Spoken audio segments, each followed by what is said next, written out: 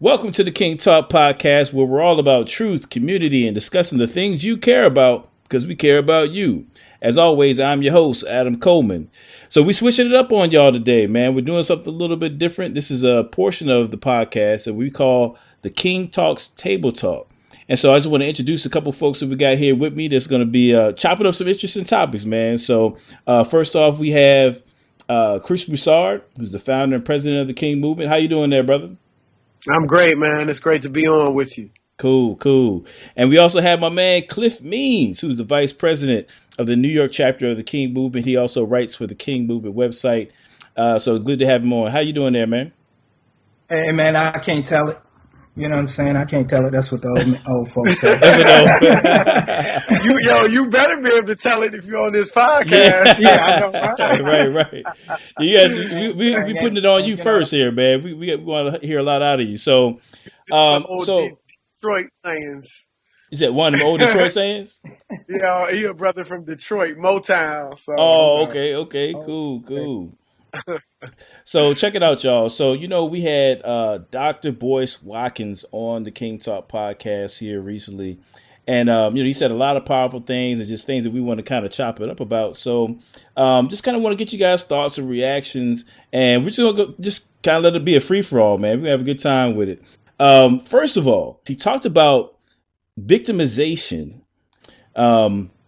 And I want to give you this quote right here, and then we just kind of lob it to you and see where this goes, all right? Dr. Boyce said that victimhood should not be a destination. It can be a stop on your journey to empowerment, but you can't stop that journey halfway through and live in the world of victimhood. You never benefit when you remain the victim or by defining yourself as being the victim. It's not going to make you more successful or happier. It's just so much to chew on that, man. I'm going to just kind of throw that out there and then kind of see where this goes. Who want to take a stab at it first? Well, first of all, I thought that was a tremendous quote. Victimhood should not be a destination. It can be a stop on your journey to empowerment, but you can't stop that journey halfway through and live in the world of victimhood. That's tremendous because I think a lot of people get confused because, first of all, we must admit, as African Americans, we have been victims, and we are still victims to this day. So I think a lot of people understanding rightly that we have been victims and are still victims to some degree, they live in that victimhood, as Boyce said. Sure. And you can understand, yes, we have been victimized, but you don't have to have a victim mentality. And right. I love that quote from him, a victim mentality. Never, even if you still are being victimized to a great degree, right. Having a victim mentality is unproductive, Right. And I believe when you look at the history of African American people that we have had, despite, being oppressed and tremendous victims at the hands of white Americans, we have had largely a victor's mentality. And I'm really thinking about a lot of our freedom fighters, whether it's Harriet Tubman, who was a slave, but obviously had a victor's mentality when she was, in the Underground Railroad, when she went back into slavery to get slaves and bring them out to freedom. Whether it's Richard Allen and Absalom Jones, who, when they were quote unquote victimized in a white church, pulled off their knees from praying because they had to be sent up to the balcony. Instead of having a victim's mentality, woe is me, the white folks don't like us, they left and started the African Methodist Episcopal Church and the African Methodist Episcopal Zion Church. That's a victor's mentality. And obviously Richard Allen, went on and started the Free African Society and so many other great things. Frederick Douglass, another one born a slave. Yeah, he had a victor's mentality. Marcus Garvey, a victor's mentality. The civil rights movement, we shall overcome. In the midst of what they were going through and the oppression they were under, they still sang, we shall overcome. A victor's mentality. And I'm gonna be real. To me, and I agree with everything you said. And what I think is interesting is whoever controls the narrative, I think controls the community. You know what I'm saying? And what I mean by that is like say for example, like we all hear this slogan, like, the 40 acres and a mule thing, kind of reparations. But like, if you really do the research on that, it wasn't about like just getting a handout for the government. You know what I'm saying? It was about black people saying like, we're free and we want the freedom and the resources to do our own thing, to build our own communities, to farm our own land. It was investment. They wanted the government to invest in them. Exactly. And I think for whatever reason, that narrative has changed to where now it's more so about, let me just get mines and then keep it moving. And that's not, you can't build a community on that.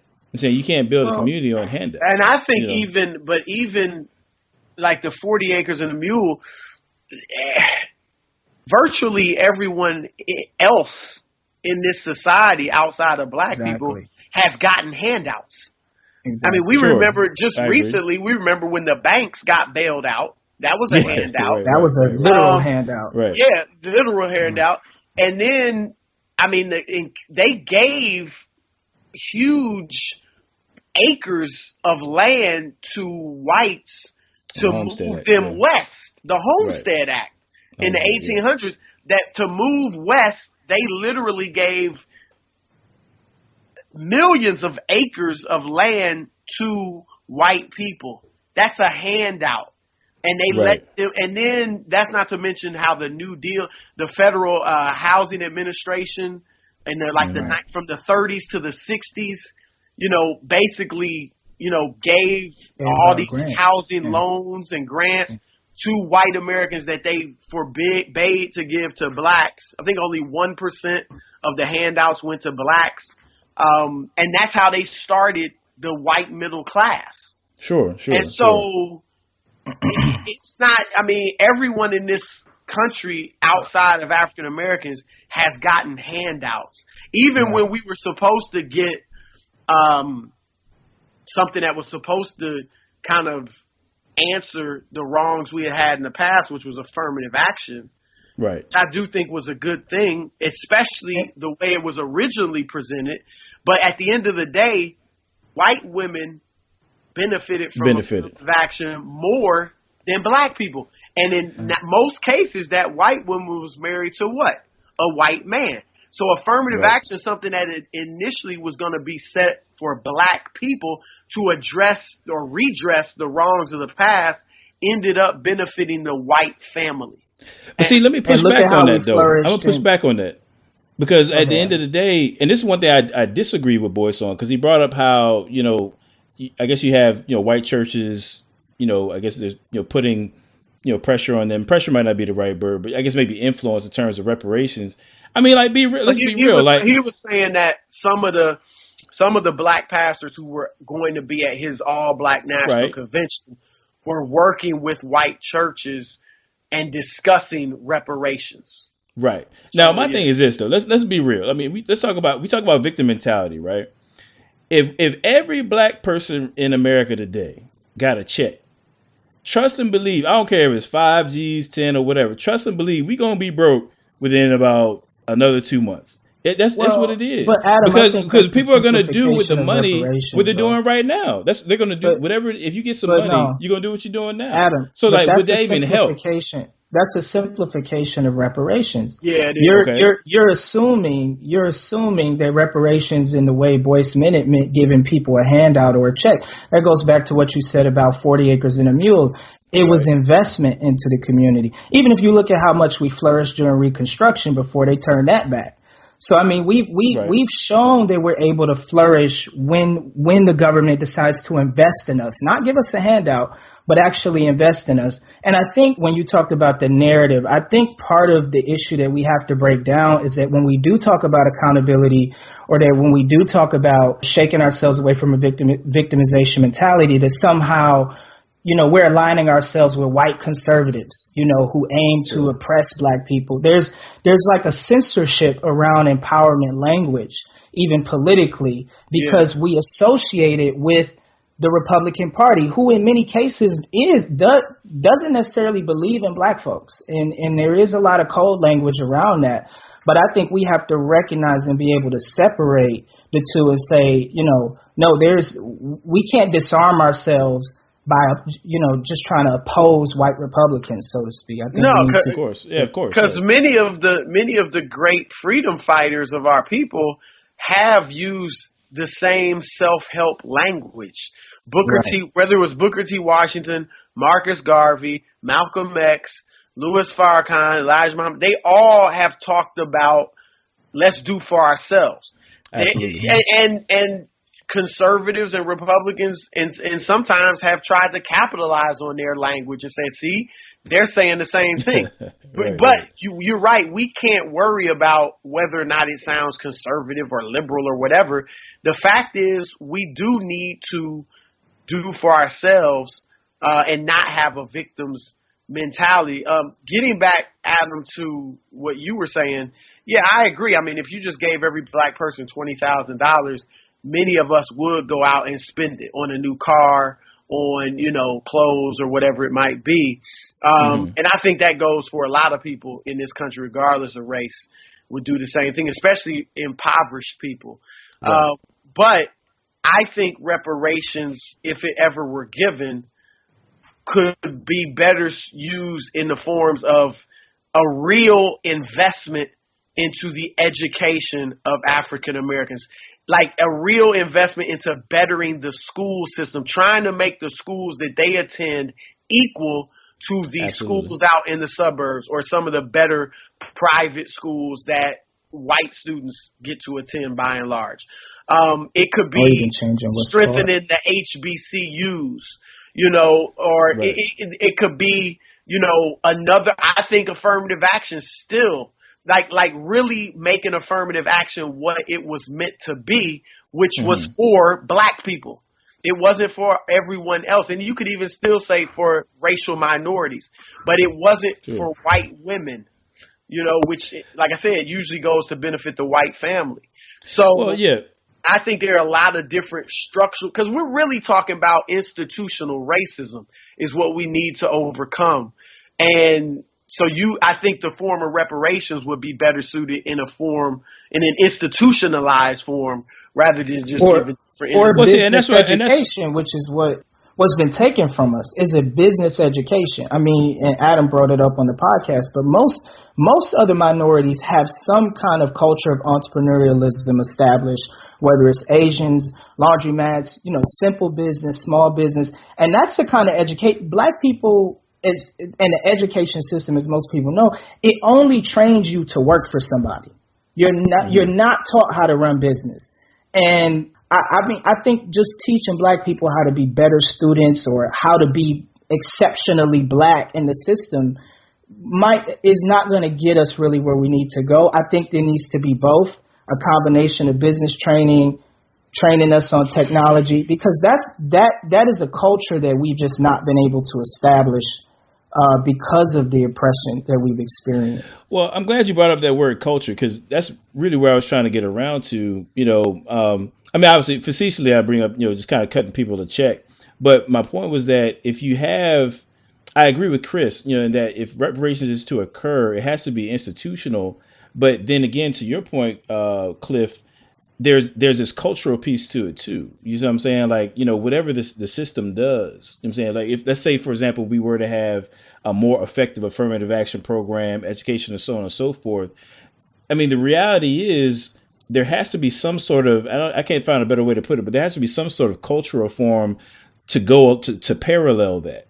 And so unfortunately, I think many times when we hear that word culture, is used by Republicans, or maybe I can just say more broadly conservatives. It's kind of a way to get rid of guilt, in my opinion. I'm saying, oh, we ain't got to worry about it. It's just a cultural problem. I'm saying these need to fix themselves. Right. You see what I'm saying? And so it becomes this double-edged sword. Whereas even though culture really is something that I think in many ways needs to be repaired. And actually, Boyce talks about this when he talks about hip hop, when he talks about the messages in our music.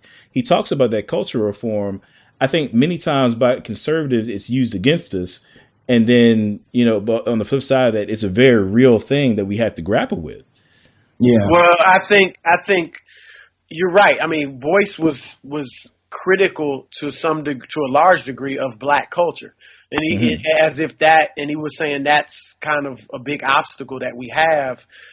whether it's, young black children spending an inordinate amount of time on sports and music and dancing, learning the latest, dances, the wobble he used, Yeah, the wobble. rather than studying. I think, look, every culture is dysfunctional to some degree because none of them are really totally based on God. And we're human beings. So, white culture, I think, is overly secular. And obviously in America, there's been a superiority complex tied to white culture. We refer to it as white supremacy. Those are just some examples of how that's historically violent. Yeah, exactly. Violent, dysfunctional to the point where you could lynch people, castrate people, split up families, and still think you're a good citizen when you're doing that type of madness. So there's dysfunction there. In the Black American culture, it's obviously been very rich and produced a lot of great things, but I think we have to recognize that African American culture was birthed in the most dysfunctional setting possible. It was birthed in chattel slavery, where we weren't even considered human beings. We were considered fifths of a human being. So that's the setting that our culture came out of. Now, because of our strength as human beings, because of some holdovers from African culture, because of the strength that we received from the church, we were able to make a lot of good things come out of that culture. But there also is some dysfunction. I mean, I'll give you one example, and Boyce brought it up. He said that black men and boys have been emasculated. Well, that was purposeful. I mean, when whites insisted on calling us boy, when a white boy could call a grown black man boy, when we couldn't look whites in the eye, that's all a form of emasculation, keeping you in the position of being a boy. When you can't get a job and progress in society, or you're not allowed to the way men normally do and have throughout human history, that's keeping you in a place of boyhood. When you can't protect your wife and your children, which we couldn't do in slavery, that is keeping you in a state of perpetual adolescence and boyhood. And some of that has been passed down over the generations to many of our people. And so I think we do have a good amount of arrested development among black men in our communities, where you'll see 30 and 35-year-olds who hanging out on the street, they got the same mentality as the 16 and 17-year-old. Dressing the same, acting the same, because they haven't been able to kind of transition to men the way society typically would have people do. Now, let me ask you this question. Go ahead, Adam. Oh, no, go for it, man. Go ahead, I can ask my list. No. Well, I was going to ask a question. I mean, to take it back from a scriptural standpoint, right? Now, I can't remember what verse it is off the top of my head, but in Proverbs, it talks about how hope deferred makes a heart sick, right? Yeah. And I have to wonder, when you think about, I mean, I'm not going to be too long with this, but when you think about from, was it 1792 or whatever, when this nation was established, to 1865, you have slavery, where people are unable, a segment of the population, black folks, are unable to earn their own, have their own, and so forth, right? And then you have the Civil War, and then from 1865 to 1964, again, you have about, 99 years where black folks are not able to freely gain wealth and use their talents and skills to accrue wealth, right? Well, I mean, after a while, I mean, I can see how, that hope deferred can make the heart sick. I mean, we weren't able to do the types of things that you gain self-worth from. You see what I'm saying? A man being able to come home and say, look, this is my land. This is my home. We weren't able to do that. That's a great point. And I think some of it is cyclical too. I mean, because let's be real, men, aside from, our spiritual identity, practically we gather our esteem from our ability to be economically independent, especially as men, because we get a large part of our identity from our ability to provide. And black men especially have sort of gone through a cycle economically where I think right now we're probably more vulnerable than we've been in a long time, because I mean, my dad's generation could make a living wage on low skill labor jobs. During the Industrial Revolution, when, men could go to work, they could provide for their families by working at the local factory. Well, those jobs are gone, and that leaves minorities, particularly black men, back in that same position we were, in slavery, where we're vulnerable. And I think, the vulnerability is what you're speaking to, because I do think we've been stronger at points. I think my dad's generation, I think men, I wouldn't say they were emasculated or felt emasculated as a whole. I think, because they were able to go out and provide, those jobs were there for them. But I think as our economic opportunity has now gone in the direction of technology, it's left us more vulnerable to the economic landscape. But I think in addition to, and I ain't trying to start enough, but in addition to, reframing our minds of what we can be, what we can do, I think we got to start cutting ties with certain groups. And I'm gonna just be real. Look, man, the Democrats is not balling for us right now. We've been riding with the Democrats since the 1940s, 50s, or whatever it may be. And even, I'm not saying that, they're a cancer on the black community in its entirety, but I think that we depend far too much on them for, what they can do for us. And we're not putting pressure on them enough from our community. We're not really demanding anything. No, so I think in addition to reframing our mentality, we have to change how we operate, not just in the entrepreneurial side, but politically. We have to change, how we operate in politics. I agree because, and both parties have their flaws, no question about it, especially when it comes to black people. So I'm not advocating for the Republican Party, but I think, first of all, it must be said that if it wasn't for the Democratic Party ending Reconstruction, right, back in the 19th century, we would be much further along now than we are. Because that was the Democratic Party, was the party of the Ku Klux Klan and so on and so forth. Sure. But that said, they switched up. But that said, I think, while again, I'm not advocating that we become Republicans. I do think we would be better off if there was more of a split among our people. Okay. Where you had a significant amount of black people who were Republicans, because then both parties, or at least in this case, the Democratic Party, would have to fight for our vote. Right. See, now they take our vote for granted. So like you said, they don't have to do anything for us. They know we're going to vote Democrat anyway. But if we had, like the Hispanics, I mean, they'll get 20 to 30% of their people will vote Republican. And so they get some of their needs and issues addressed by both parties. And I don't think that's happening for us. So I do think we need to become a little more balanced in that regard. Again, not saying the Republicans are doing great things for us, but certainly, as to your point, the Democrats haven't done much for us at all. They've included us. But beyond that, African Americans, it's been written and said by many people, are the most socially conservative people in the country.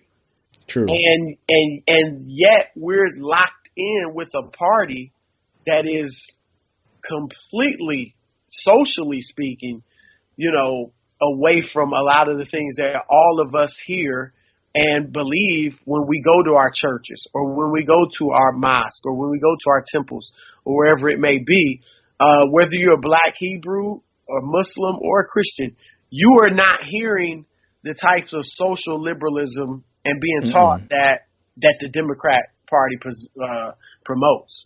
Right. Well, let me throw this at y'all because we talked about really both sides of the aisle with both Democrats and Republicans, and it kind of brought to mind a comment that Boyce made.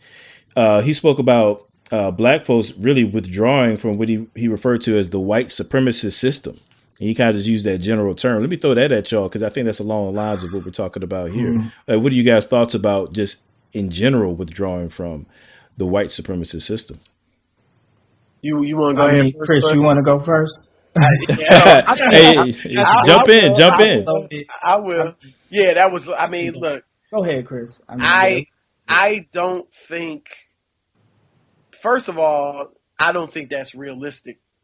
I think we definitely need to promote and produce as many black-owned businesses as we can, but I don't think we have the wealth to right now or anytime in the near future to create enough jobs for black people without some of us, many of us, let's face it, most of us working for white companies. I mean, we are a part of the American system. We built the American system for free. And, you know, this is our country. Even we built this country. And so I think that, again, we just are not in a position where en masse we could educate employ the majority of our people. So I think we need African Americans working for Coca-Cola, working for Gatorade, working for Nike, working for McDonald's, and not in the restaurant, but, you know, like in the corporate structure. What we need to do is fight for, I mean, we talked about affirmative action. That's getting us jobs in corporate America. I work for Fox Sports 1. I worked for ESPN. You know, so I think, and let's face it, even Boyce was talking about getting away completely from the white supremacist system. That's impossible because the money he's talking about making, who's on that money? And who's in the bank? White people. Right. And even if there was a separate black nation, as there are in Africa, they still have to deal with white people when it comes to economics. Absolutely. Because it's a world system. It's not, no country bank. is in a vacuum. You work within, you know, you trade with other nations, and the monetary system, the value of your money is set up based on one worldwide system. So, which is run by white folks. So even if you do have your own separate thing, Boyce does it individually, and we can do it individually, but in mass, we need to also be a part of this system. Now, let me say this last thing when it comes to white supremacy. We need to eradicate white supremacist thinking from our mentalities, and we need to eradicate white supremacy from our spirituality. Like, in ourselves, we cannot have any ounce of thinking white people are better, thinking white people are superior, thinking white people are prettier or whatever. They're equal human beings just like us, period. And in our spirituality, in our mentality, in who we think of ourselves to be individually and as a people, we have to rid ourselves completely of white supremacist thinking. But this system, it is a fact that the economic system right now is a white supremacist system. And the money that we use and that we as Americans, as African Americans want is white. It's a white, like I said, look who's on the money, the dead presidents and all that. And so that's just right now, that is the reality. We don't have to accept it in our, like I said, in our spirituality, in our mentality, but from a practical standpoint, we need to understand right now that's the way this system is set up, and we need to counter it as best we can by setting up our own businesses, as Boyce was promoting, but also by becoming a part of the system and trying to change it from within. So when you get black people on that school board, then they need to change the white supremacist system to a more equal and fair system. And whether it's from the textbooks, all the way from the textbooks, number of teachers in the classroom, and so on and so forth. When you get black police chiefs, which we need, they can't go along with the status quo, which does promote white supremacy or can promote white supremacy. They need to change it and make it a more equitable system. So in short, I believe we need to do what Boyce said, which is start our own businesses and all that, and schools, but at the same time, infiltrate the system and then change it from within as well. Right. And I think Boyce, you know, and to be fair to him, I mean, you know, I understand why he's saying that. Boyce has found a way out, you know, not entirely, But Sure. he's saying he believes black people right now at this moment have the easiest way to withdraw from the system than they've had in a long time, meaning that it doesn't take a lot of capital to get started in business. So the model of starting businesses is probably the entry point is lower than it's ever been before, which makes it possible for people of low income status to achieve wealth in ways that we haven't had before. So he's saying, look, it's possible for us to get out. Let's withdraw. Where I think the blind spot there for him. Remember, is the overwhelming majority of black businesses don't have employees. You're like one person. They're one man businesses. Yeah. I think most of women too, like cosmetologists and things like that. You know, like kind of women owned. Yeah. But that's where we have to make sure, because I agree, and I'm sorry not to cut you off, Cliff. I want to hear the rest of your point. Boyce, like I said, certain individuals are able to do that. But when we talk about being able to employ, look, everybody can't run a business. Some people are going to have to be employees, and that's across all the races.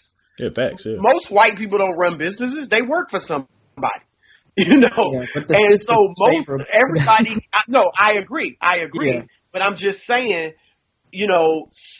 So the question is, would black people have the ability to employ all black people right now? No. Right. And that's what you know. I mean, white people can make the kind of money in corporate America that most small business owners can't make. But yeah, I mean, that's another valid point. I think, and if you even take Boyce's story, here's a guy who has a PhD in finance. So he went through the system. You understand? Exactly. Right. To get to the level that he where he could become a pioneer in business, and he could withdraw from the system entirely. So you know, he also said that when he was educating himself, self-educating himself by you know, with podcasts and tapes. I'm sure, who were some of the entrepreneurs he was listening to? Probably a lot of whites. Right. Well, but see, I would throw this out here too, though, and this is maybe just another dimension of it. But I think when a lot of people talk about, you know, getting out of the quote white supremacist system, and I mean, it's kind of hard to say that Boyce Watkins doesn't know what he's talking about. Obviously, he does. But I think the other element is, I just feel like it's a very old idea. I mean, the world itself is far more integrated than it was back when Marcus Garvey was talking about starting, you know, his own nation and all this kind of stuff. The world is more, it's a much smaller world, particularly with the internet and the way that people do business. And so when we're talking about getting out of the system, I mean, shoot, we could all move to Guyana. You know what I mean? But we're still going to be dealing with the same world banks. You're still going to be dealing with the same people, just in a different area. Well, so to me, it's just not practical to say we're going to get out of the system, because really all you're really doing is relocating. Because you only have like Adam. Let me because I wanted to get to that. What he's saying, and this goes back to what Chris is saying, but yes, the world is a more diverse world, and as Christians, we embrace diversity. I mean, the King movement, we are geared toward, we kind of embody that in the sense that we are intentional about empowering black people, but we embrace diversity. Yeah, and I think there's nothing inherently wrong with working for a white person or an Asian person, or absolutely. Now, if that person or the system is against us and working against us, that's one thing. But there's nothing inherently, like, all people are equal. White, black, Asian, Hispanic. You know what I mean? So right, and what we're saying is we don't want to take broken communities into a diverse world. You don't want to take a broken community into a diverse world, because what happens is you're gonna get washed out. And all Boyce is saying is we need to strengthen. I shouldn't say all he's saying, because I don't really know, but in line with what Chris was saying before, we can do both. We're not going to be a part of the forward world if you don't embrace diversity. And obviously, as a person of a Christian faith, I mean, we serve a God who died for his enemies. So we definitely don't believe that we should isolate ourselves from people of other ethnicities and not walk in love with people of other ethnicities, even those that may oppose us. But we do need to walk with them from a position of power. Yeah. And I think that's what Boyce is saying. Like, we need to, engage people, engage a diverse world. Yes, we should be building collaborative relationships with other people of other faiths, other ethnicities, but we need to be doing it from a position of power and leverage. And that's going to require building strong business infrastructure in our community in order to do that. Yeah, I agree wholeheartedly. Yeah, I mean, I think what Boyce said on that topic was great. And I don't, like I said, I don't think, I don't agree with it totally. But the idea of us becoming more entrepreneurial in our thinking is certainly something that we have to do. And that is going to enable us to begin to work with and, interact with people of other races from a position of equality and power rather than just hoping that they'll give us a job, and give us an education. Yeah. We need to be a part of mainstream American society and also have the love and commitment for one another where we're also building for each other. And that's one thing I think in many ways we are too much of a reactionary people at this point in time. Definitely. Where whenever something overt happens, overt racism occurs, we march, we complain, we riot to a small degree, we do all these things. But then when there's nothing overt, we kind of relax as if everything's good. No, we need to be building constantly.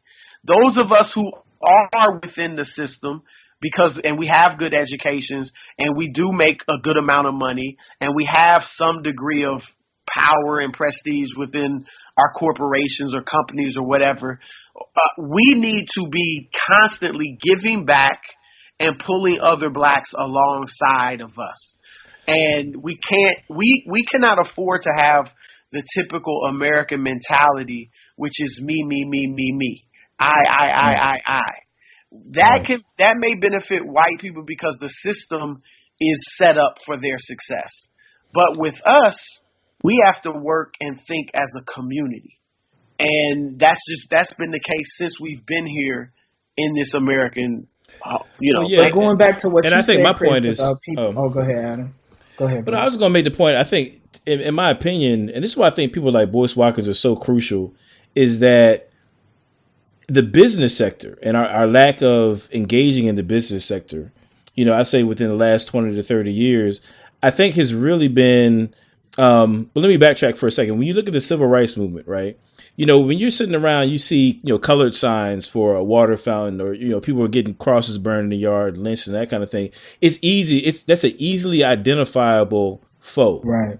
You know what I'm saying? It's easy to march against that. Right. Yeah. But it's harder to see, policies and practices that, the common man may not be, aware of. They may not have they may not roll in the circles of these policymakers to where they can see things like how housing is being, redlined or, things of that nature. Right. You have to be a lot more sophisticated now to see. You have to be. Yeah. You have to be. And I think that's part of the reason where I'm going with that is back in the day, I think marching was fine.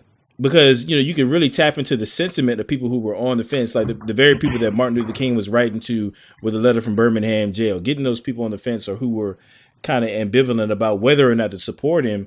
It's, when you see people getting hoses put them on, that kind of stuff, it's a lot easier to get support in something like that and to tap into that humanity versus what we see today, where it's more, kind of behind the scenes. And so even though, I mean, there's a lot of people rioting today, there's a lot of people marching today, and I think that's not necessarily a bad thing. But in this era, I don't think that the sympathy card or the sentiment card is effective. I think, quite frankly, I'm not trying to be divisive, but I think the LGBT community has that on lock. You know what I'm saying? Like, people are not really worried about, black folks, like for real. You know what I'm saying? Well, so I don't think paying the sentiment card is really effective. What we really need to do is get on our stuff. We got to say, look, we have to control our own destiny and then go from there. It's true, but we're bringing awareness. I mean, marches, I agree, they're not as directly effective, but let's be honest. I mean, people didn't think it was effective when they were doing it back then either. But I know what you're saying. The enemy is not as enemy, so to speak, is not as easily identifiable.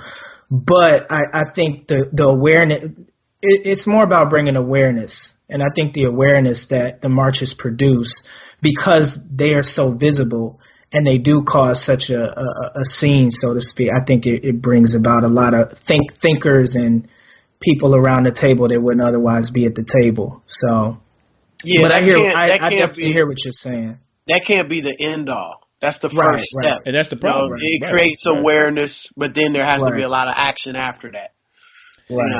Like, perfect example, they got this Thurgood Marshall movie coming out. You know what I mean? They got this Thurgood Marshall movie coming out.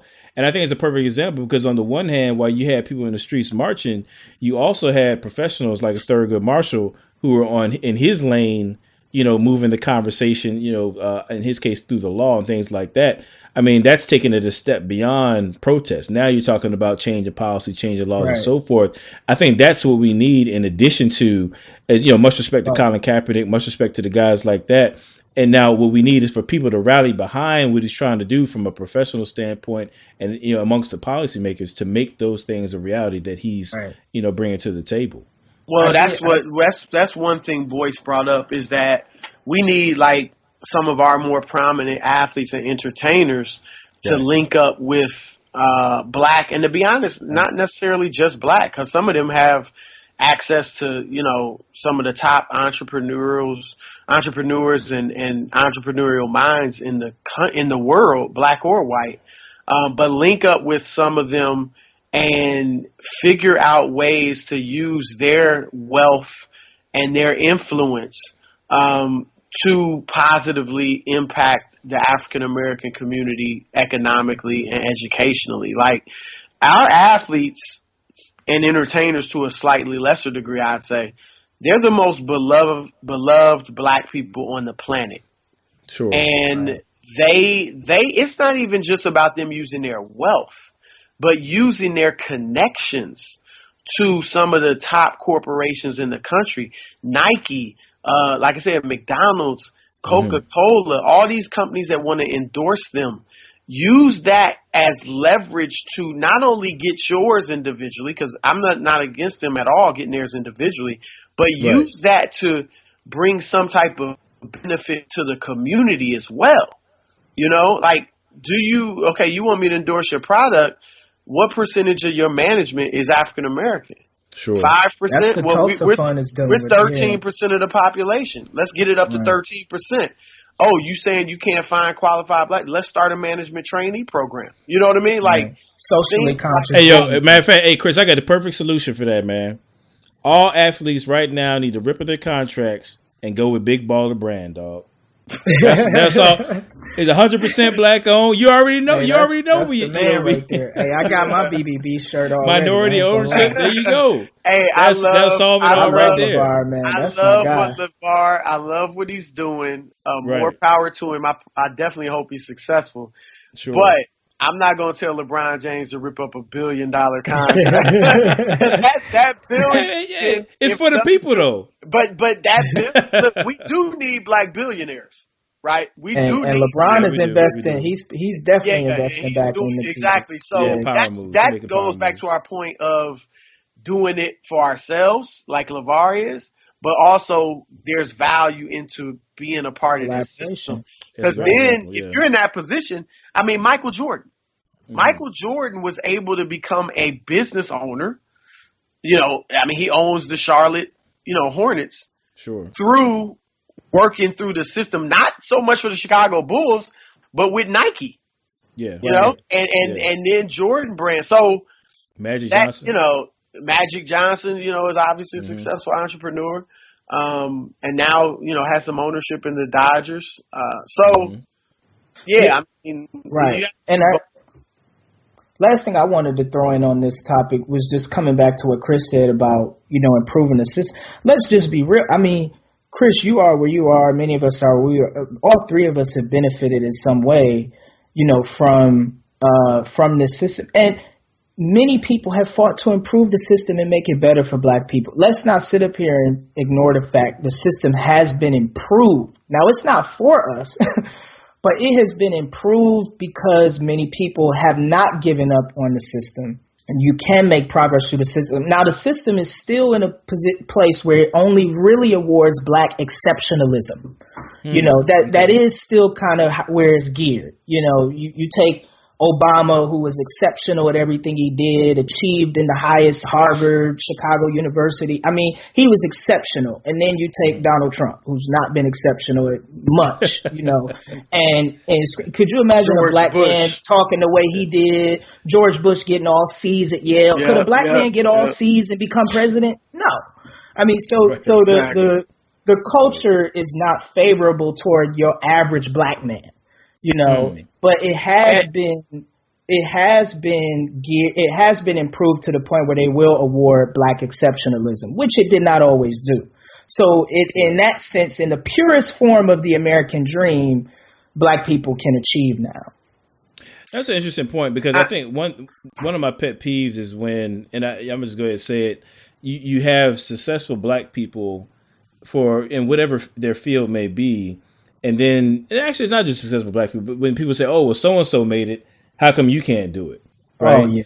I think that it's so irrational, because the reality is, unless you're going to reinstitute slavery or some hard sense of Jim Crow in a capitalistic system, it's near impossible to hold an entire class of people down.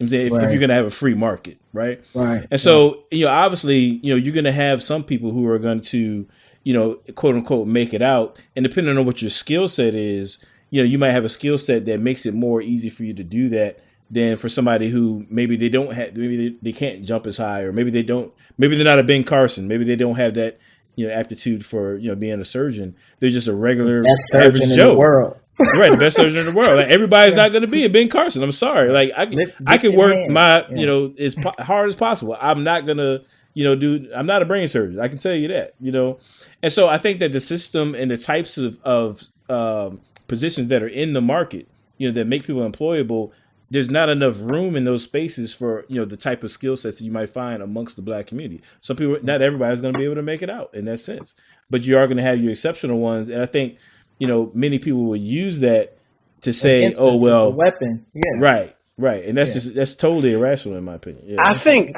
also we have to look at what are we looking for? Is it just to have as much money as white people? Because first of all, that's going to be in mass. That's going to be. I think they say it's like 230 years roughly that it would take us to catch up, and that might even be assuming they don't continue making money. But my thing, what I want for the black community is improved quality of life. Yes, sure. That's what we want. Peace. We want the black community. We want black women getting married. We want where now it's like 1 out of 4 is expected to get married. We want black women getting married. We want black children being raised by their fathers. We want all black working out, y'all. To be able to we want all black people to be able to get a good job where they can make a living wage and then some, and raise a family and live peaceably. I mean, that's what Paul said. Look, what you want is to live peaceably. I mean, sure. I don't measure myself by do I have as much money as someone. I don't make as much money as Stephen A. Smith or Skip Bayless. So what? I'm still able to live a wonderful life and have a high quality of life and have peace and joy and have a great relationship with my wife and my children. That's what we want in the black community, where we're not killing each other, where we're not going to jail in the massive numbers that we are right now. Yeah. And I'm not putting all that on us. That's where we work within the system, where we got to try to end mass incarceration, where we got to improve the educational system and opportunities given to us, where we have to get this unemployment rate that is ridiculous for black men, in a better place. So I think we have to really decide, what are we looking to have? To me, I don't have to measure myself by what the next man or the next race makes. There's clearly, if you want to look at it biblically, or people of other faiths, there's clear, there's something clearly pointed to as a good quality of life. And right now in the black community, and for many of our people, we're not able to have that. And that's what we want. We want to economically, educationally, financially, in terms of spiritually, in terms of the way we treat one another, getting rid of the violence. That's what we want. We want a high quality of life in our community. We don't have to be the wealthiest people in the world necessarily. Right. 1 in 3 black men go to prison at some point in their life. That's what we don't want. That's crazy. Exactly. Yeah. I mean, that's crazy. Well, I think part of that is that, I mean, we talked about culture. Obviously, I mean, there has to be some repair on that end. But I think that when we're engaging, when we're getting into politics and we want to see change on that end, in my opinion, I think that the black community has to do a better job articulating, what it is that are the barriers that are keeping us from where we want to be. Because I think there really is a problem in America where you have a segment of the population that doesn't have a context for the concerns that we bring to the table. And what happens is if you don't have a context for a concern, then to you is nothing more than a complaint. And so you have these people that think we just run around complaining because they really actually don't have a context. I think America needs a history lesson, quite frankly, as to why things are the way that they are. If somebody believes that black people are in bad shape because we're lazy, we don't want to do anything, we want a handout, then they're not going to be open to, engaging in a conversation about finding solutions for what's going on in the black community. Now, I don't believe that to be the case. I don't believe that's how we got where we are, but we've got to be able to articulate, what it is that we're seeing in such a way that, we can get better results and not just sound like we're, just fussing all the time. Well, I think that's the great thing about now. That's where, and you brought up earlier, Adam, the Democrats and the Republicans. Mm-hmm. That is one difference. While there's a lot to be left desired from the Democratic Party, I think they have a better understanding of why African Americans, not a full understanding necessarily, but a better understanding of why African Americans, what we've been through in the past. Whereas I think Republicans don't have much of an understanding at all of why we are where we are. And I'll give, you talked about context. Dr. Claude Anderson, to me, he uses one of the most tremendous analogies to describe our plight as a people. Mm-hmm. We are in a capitalistic society with no capital, for the most, no financial capital.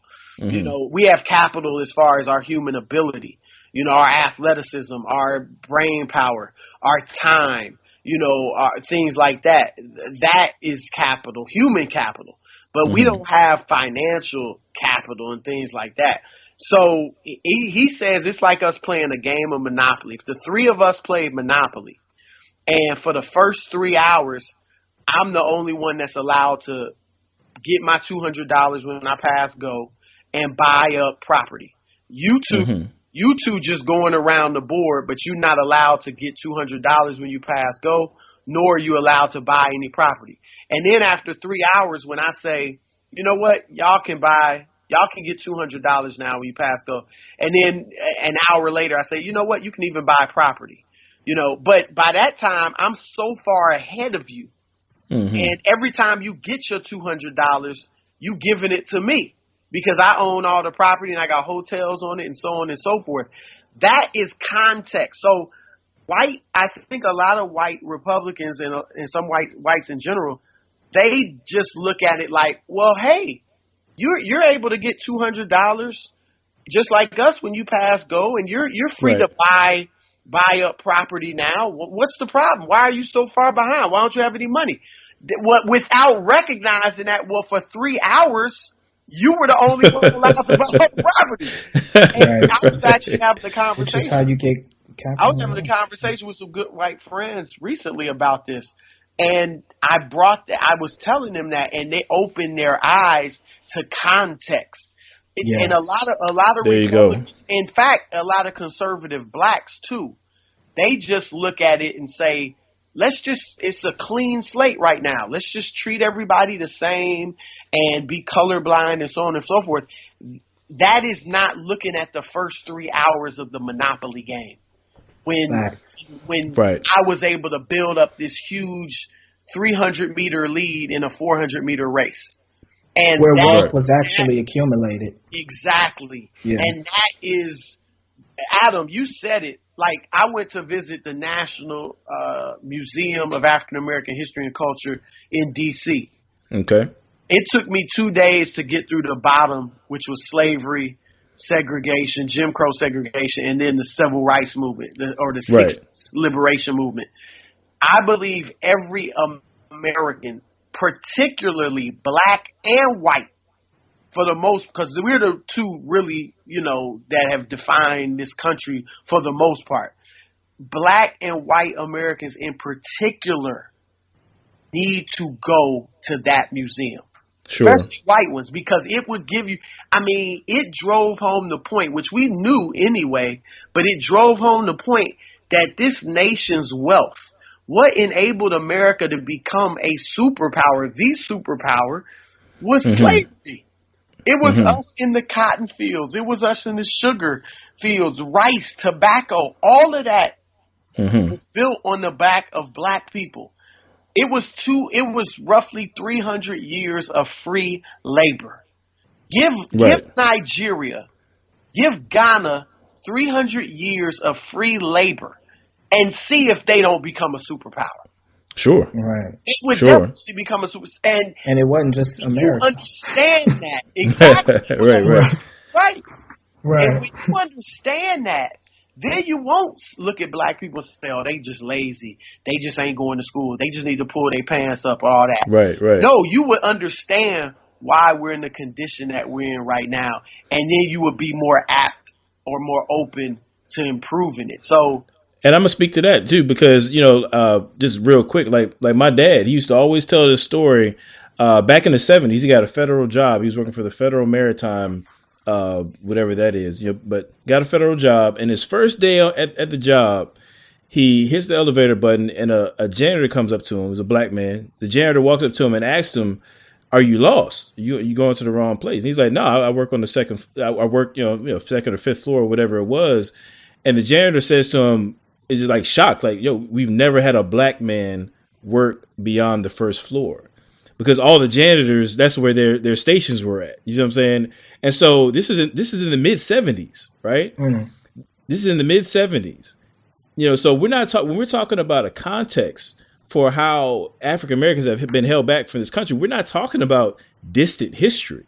Okay, we're talking about something that's a very present that directly affected me as well. And so I think that's one thing that gets left out. And again, to your point, Chris, just to make it even more concrete, if you got to figure, like, if a certain group is able to buy homes in certain areas and they're able to accrue equity and things of that nature, well, that's real capital, because that affects your credit. What you're able to do in terms of credit, that affects what you're able to do in terms of getting loans to start that business or buy more property and so on and so forth. Yeah. And so when you have these types of things going on amongst one people group, but not in another, then it's no surprise. I think a bunch of wealth. I think salary-wise, black people are doing fine. I think it's something like $49,000 is the average salary. Right. Whites, I think it's 120, something like that. And median-wise, that's a huge difference. But no, that's true. But that's not where we're struggling though. That's not that bad. Where we're struggling is in wealth. Wealth is where the real gap is, because we have not accumulated our and most wealth is wrapped up in the housing market for most people. And we lost a lot of that wealth in the bubble, when the bubble crashed, because we had the subprime loans. We were vulnerable to a lot of high interest loans because we didn't have wealth. We were starting from behind, and it made us vulnerable. We got bad loans. We got into bad homes because we had good salaries but no wealth, and that was easily taken away from us. We lost over 50% of our wealth in that crash. And that's the vulnerability we talk about. People say, "Oh, well, black people already came back. Oh, well, they, you had 60% of men in the home, 40 years ago." We're vulnerable. That's the point. Like that can be blown up with the next recession. That progress can be easily taken away. Just as much as we achieve it, it can be taken away. And that's the effect of historical racism. And that's why Boyce is being so strong on business, because when you get into business and you get strong at it, it's a lot harder for your culture to be taken from you during the economic cycle, over time. Yeah, I thought it was very telling, when Donald Trump was elected, shortly after he was elected, how when you look at the people from the black community that he was meeting with, I mean, Kanye West, no disrespect to Kanye West, Steve Harvey, people of that nature, like, very high profile entertainers. Now, I could be wrong, but I don't recall him meeting with entertainers from other minority groups. Right now, we have to ask ourselves, like, why is it that it's the entertainers that he felt compelled to meet with, right? Why did he meet with Bob Johnson? You know what I'm saying? Exactly. Hey, Boyce Watkins. Why did he meet with Boyce, right? Bob is one of his supporters, I think, or to some degree. Really?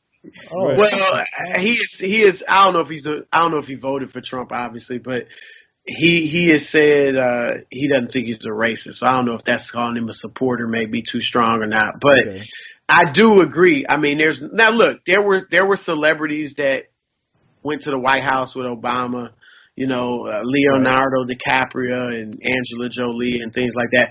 But at the same time, he was also obviously meeting with white thinkers and intellectuals and economists and politicians. And that was insulting for Donald Trump to meet with a comedian, no disrespect to Steve Harvey, a rapper, no disrespect to Kanye West, an athlete, no disrespect to Jim Brown. Like, you could meet with them, but also meet with Cornel West.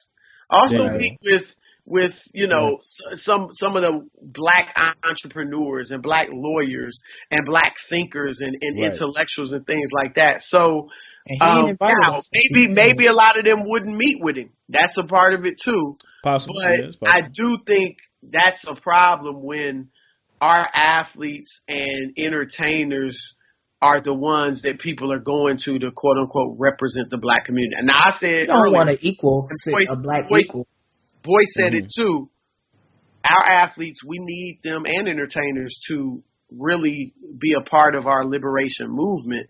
But I think being a part of that it's attaching themselves to black entrepreneurs and educators and lawyers and accountants whose life's work is built on, economic empowerment and educational. Exactly. They're experts. And I don't expect a great basketball player, even if he's woke, to necessarily have the answers to what ails the black community. But if he will link himself up with those who do, then you can get it going. Yeah, like Kaepernick need to bring Cornell with him next time. Everybody looking to Kaepernick to be the scholar. He's not a scholar.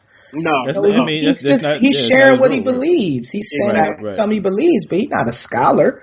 They want him to articulate everything about black oppression. But anyway, that's any movement, though. I mean, that's any movement. You're going to need a collaboration of people with different skill sets to really get something done. Like, I mean, as much as we love Martin Luther King, he wasn't the only dude out there. You know what I'm saying? No. I mean, he obviously had people with him, whether it be Randolph and just whomever else. But hey, we've been going there for a while, fellas. I want to just give you the opportunity to maybe share some final thoughts, and then we'll roll with it like that. Man, I'm gonna throw in my last thought, and I'm gonna let the big homie go last. All right. Boyce brought up something about I'm the last person to be an ambassador for hip hop culture. Well, I shouldn't say hip hop. I love hip hop culture, but certain types of music. He talked about Future, Molly Percocet, Nicki Minaj, swallowing a corn dog. You know what I'm saying? And he had to be dying with it. But he basically said, like, that's one of the main things we need to do is stop listening to that music. Now, look, whether we listen to it or not, I'm not sitting up here saying, like, look, we definitely not going to be hurt if we stop, okay? But it ain't going to hurt us, that's for sure. Nah, definitely not that. I'm not saying, you understand, there's going to be loss. But it grates on me a little bit when hip hop is used as a scapegoat, because conservatives, and I shouldn't say conservative, but there's a part of our country. Hip hop is that easy scapegoat. When you talked about earlier the identifiable enemy, hip hop is that easy thing to look at and say, that's the problem, And reality is, when we was dancing to the Four Tops, You understand? We had the same issues. You understand? We were still catching hell. We were still Yeah. dealing with a lot of violence in our communities, intercultural violence. We're dealing with, issues around, economics and emasculation. I think that at the end of the day, between me, you, and Adam, we're examples right here. The thing we all had, because listen, we ain't the only ones listening to Future and Molly and Percocet, okay? White folks Fair enough. Yeah. and folks doing well-to-do is soaking that up at a higher rate than we are. The last time, I ain't been to cons, but come on. I mean, Yeah. But they got wealth though. just look at we the broke crowd. listening to We it. ain't the only ones taking that stuff in. Right. The issue is identity-wise. We internalize Yes. it. Yes. Yeah, There you go. yeah. There you go. There it is. There it than is. other groups do. And that boils down to one thing. I don't care what nobody, it boils down to the father. The father. Like, and I'm not saying if you don't have a father in the home, you don't have an opportunity, but strong male leadership. Adam, you had a strong male leader. Chris, you had a strong male leader. I had a strong male leader. Like, and I listened to that stuff. Pac was my guy. But I didn't internalize it the same way some of my peers did because my dad was in the home.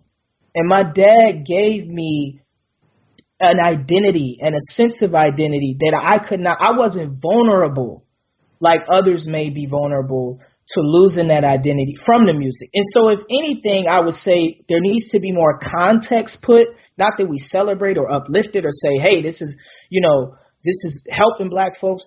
But let's not say if you remove that somehow, Well, everything. Let me address this. Let me say this, and then you can go, Adam. I think that was very well stated, Cliff.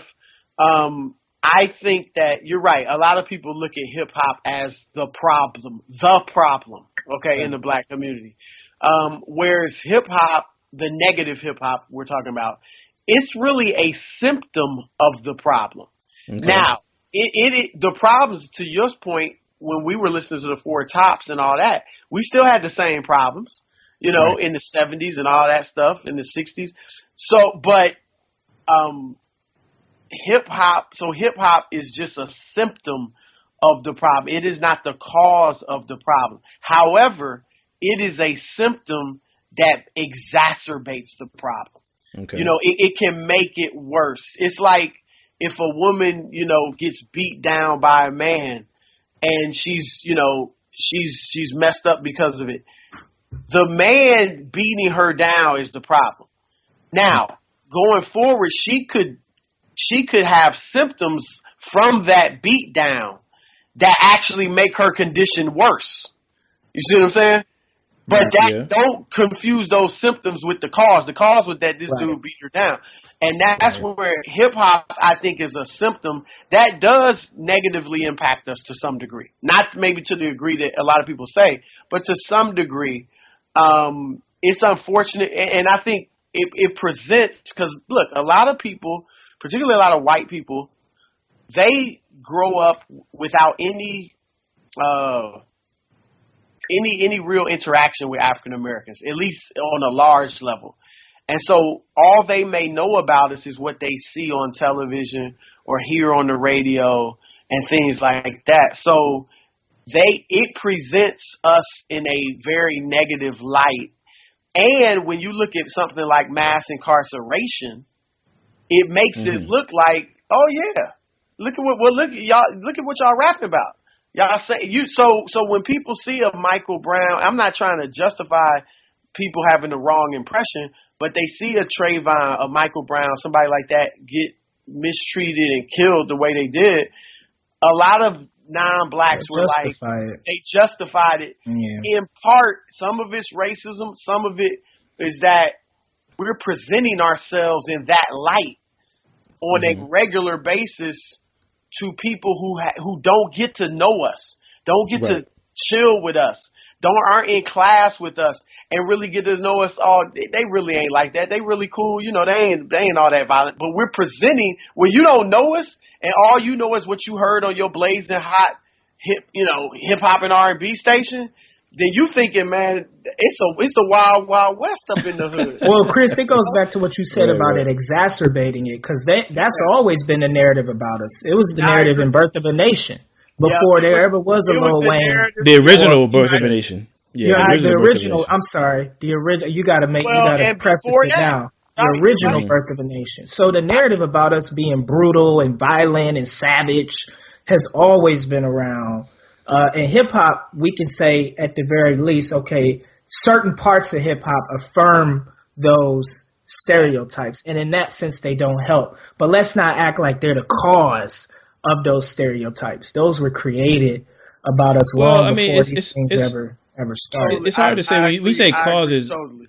I would slightly push back on that. I mean, and I'm coming to your point, Cliff. I agree with you that you obviously can't say that hip hop is the cause of the problems of the black community, because our problems really predate that. My only concern is, quite frankly, I'll be honest with you, I think that we haven't held rappers accountable appropriately. And what I mean by that is, we've always had an expectation for the black athlete to speak up for the community. I'm saying that's goes back to Bill Russell. That goes back to Muhammad Ali. That goes back to, way before my time. You know what I'm saying? Mm-hmm. Even Colin Kaepernick right now. I mean, I was explaining to somebody the other day, the reason why these black athletes feel, in a sense, an obligation, to protest, at least some of them do, is because traditionally black athletes have been called upon, whether it be at the Olympics, raising the black fist up or whatever, they've been called upon to represent the black community and speak out. But when it comes to, the rappers, we haven't held them to that standard. That's just the reality of it. We've been celebrating killing each other. Go ahead. Sorry about that. I'm just saying we've been celebrating killing each other and selling drugs to one another for like 30 years now. You know what I'm saying? That's real talk. Well, that's I mean, I hear what you, look, I love hip hop. Don't get me wrong. Yeah. I rap myself. You know what I'm saying? I'm with you, but I'm just being real though. You know what I mean? Like you said, you was a Tupac guy. You know what I'm saying? I wasn't necessarily a Tupac guy. I'm East Coast, so I was more of a Biggie guy, a Wu-Tang guy, right? You know what I'm saying? And so for me, it's like, let me make it more tangible. So like right now, the Black Lives Matter movement is popping, right? Mm-hmm. And we have certain artists who I came up listening to, who talking about, Black Lives Matter. They want to put it on their Twitter page. They want to, say this, whether it be a T.I., a Snoop, or The Game, or what have you. Mm-hmm. And no disrespect to them, but it's like, fam, like Black Lives Matter to you since when? Mm-hmm. Since when? I'm saying you still getting royalties. Point. You still getting royalties off the money that you sold that talks about killing other black people. You living off the royalties. Now, if you want to be a part of the Black Lives Matter movement, if you really want to speak for black people, I'm just being real. I can't tell what other people to do with their money, but I would find it more believable if you took the royalties from the money that you're still making from selling crack music and start putting that into the education system and start doing something to build up the community. And if you're not doing that, then I think that the black community can say, hey, look, we appreciate your talent. We appreciate, what you've been able to do for yourself and feed your family, whatever. But if you want to represent the black community, you cannot do so off the backs of folks that you sold to, with the music that you made. We got to hold people accountable. That's valid, but I don't think anybody is really. I don't think anybody is really, and I could be on the outside, but The Game and Snoop we're not propping them up. I mean, they're using their voice in some small way, but they're not being put forth by anybody as representatives of the movement. The only person I know right now that's really being put forward is Jay. That's it. Well, T.I. Okay, I mean, I could throw Jay. No, these guys have spoken out, but they're not being put forward as leaders of the movement. Right. Well, I'm not saying that. Athletes are credible. Athletes are seen as people who have achieved their success in a credible way that the system approves of. So that's why we call on athletes to act, because they're credible. Rappers are not credible because of their a lot of, not all rappers, but a lot of rappers, because of their content. Chuck D was very much forward and a voice. He was credible in his content. But we all know that like Jay-Z and Beyonce. Jay-Z and Beyonce are like, it's like Princess Diana and whoever she was married to, like in the black community. They're black royalty. I mean, let's be real. Let's be real. I guarantee you right now, no disrespect to anybody, if Jay-Z came out with a gospel song tomorrow, I promise you he'll be teaching at MegaFest next year. I'm saying, or he'll be at somebody's church preaching Oh somewhere. That's yeah, how we no look at him. question, I'm saying, no no question. disrespect to anybody. I'm just saying that's how we view them. And so I'm like, look, if you want to speak out on these things, that's fine. But what we need you to do is we need you to across the board represent what it is that you say. If you still Well, balling I off the mean, black look, community, Jay, if all of a you heard sudden Jay's last album, now come the on, now give 444, him some okay, credit. There was nothing. There was nothing about killing or that's fair. That's fair. nothing was in that album like along those. It was all about black empowerment. The Right. entire That's album, fair. That's fair. So you got to give No, credit I in think evolution. no question, and I think that to Adam's point, we look first of all, music and entertainment in America as a whole is a lot more loose, or a lot looser than it used to be.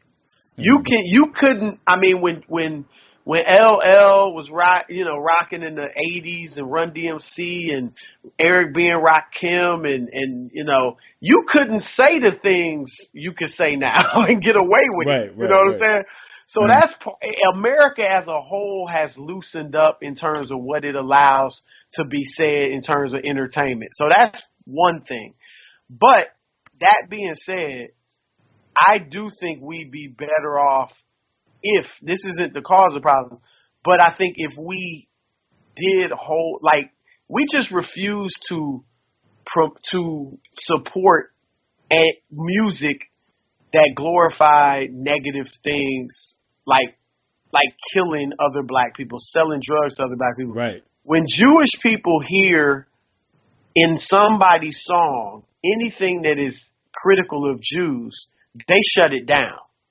They shut it down with the quickness. They did it to Michael Jackson. And we, again, to Cliff's point and to my point, we're not saying hip-hop is the cause of these problems, but it does exacerbate the problem. And Cliff, you made a great point about a dad in a home, because you're right. I mean, you could listen to that stuff and it not impact you the way it did some other kids. But 73% of black kids now are born without the father in the home. So many of our people are in that but position. We're not talking about that. Much more we're talking about hip hop. No, but that's 73% of black kids, to use your point, who will identify with those negative parts of hip hop. Right, I'm saying, but we're not focusing enough on the lack of men and fathers in the home. I'm just saying, I think that should be more central to the discussion. That's all I was saying. No question. Okay. But yeah, I mean, I think, look, hip hop is an easy target. It is not the cause. It's not the cause of the problems, but sure. It's just another. Like I said, I think another thing. It's a symptom of the problems that makes things, tougher. Go buy that Lecrae album, yo. There you go. Go buy that Show Baraka, yo. Yeah. Hey, Show Baraka's my dude, man. Show's my dude. Hot off yes, the sir. Yes, sir. Yeah, Chris, you want to end out with something? We jumped all over Clifton's last point. That was like a whole 10 minutes. But, you want to end out with something there, bro?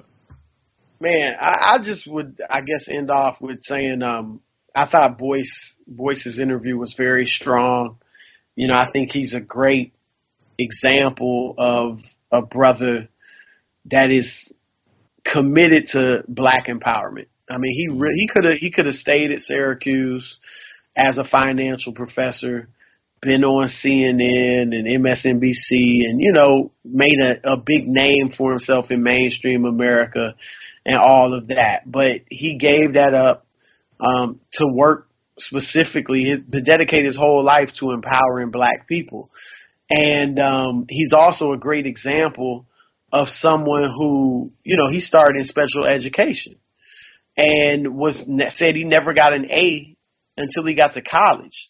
And so what that tells me is there are so many of these black boys who are being written off as unintelligent, as, problems, as, they'll never be anything. They got great potential within them. And I don't mean just as athletes and entertainers. They have great potential to be outstanding citizens who, contribute to the black community in America as a whole in various fields.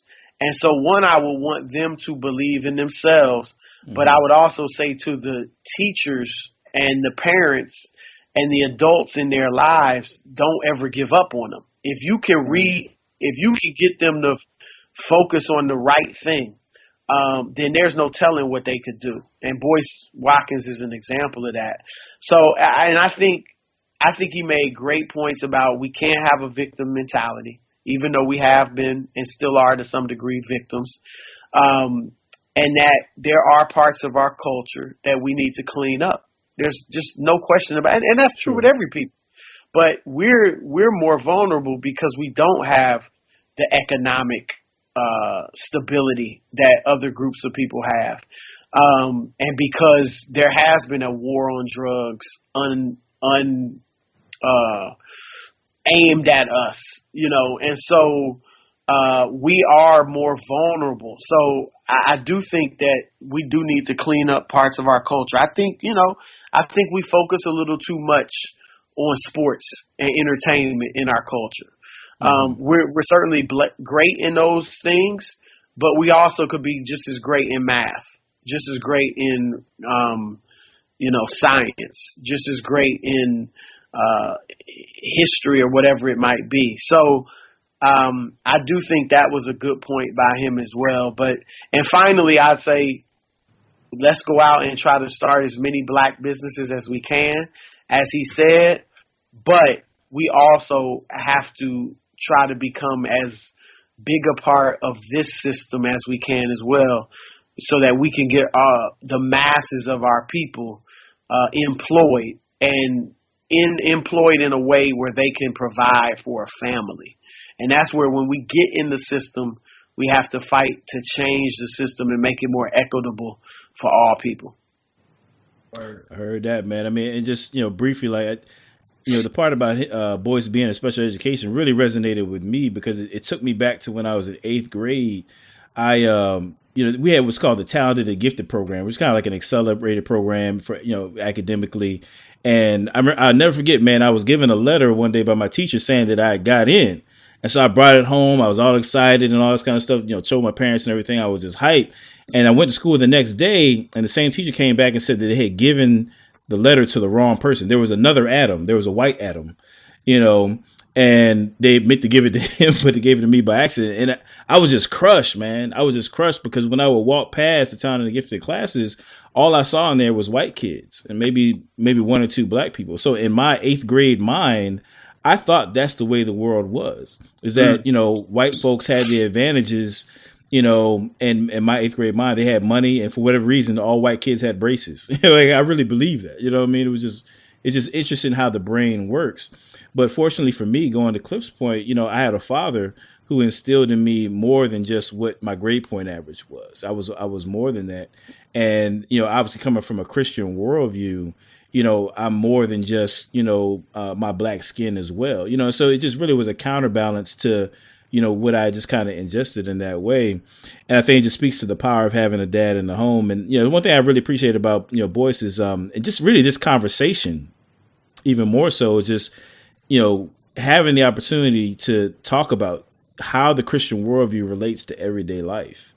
I think that's the key. And, when we talk about this, one thing I love about the King movement is saying that, we're not just brothers going into church, having a good praise and good time and then leaving out and that be it. It's really taking the Christian worldview and applying it to the types of things that we see in society. And that's just one thing I love about the King movement. That's what it's all about. So, definitely looking forward to, more of these King talk, table talks, definitely looking forward to that. And, just going to go ahead and sign on out. As always, y'all, strong in the Lord. Strong in the Lord. Strong in the Lord.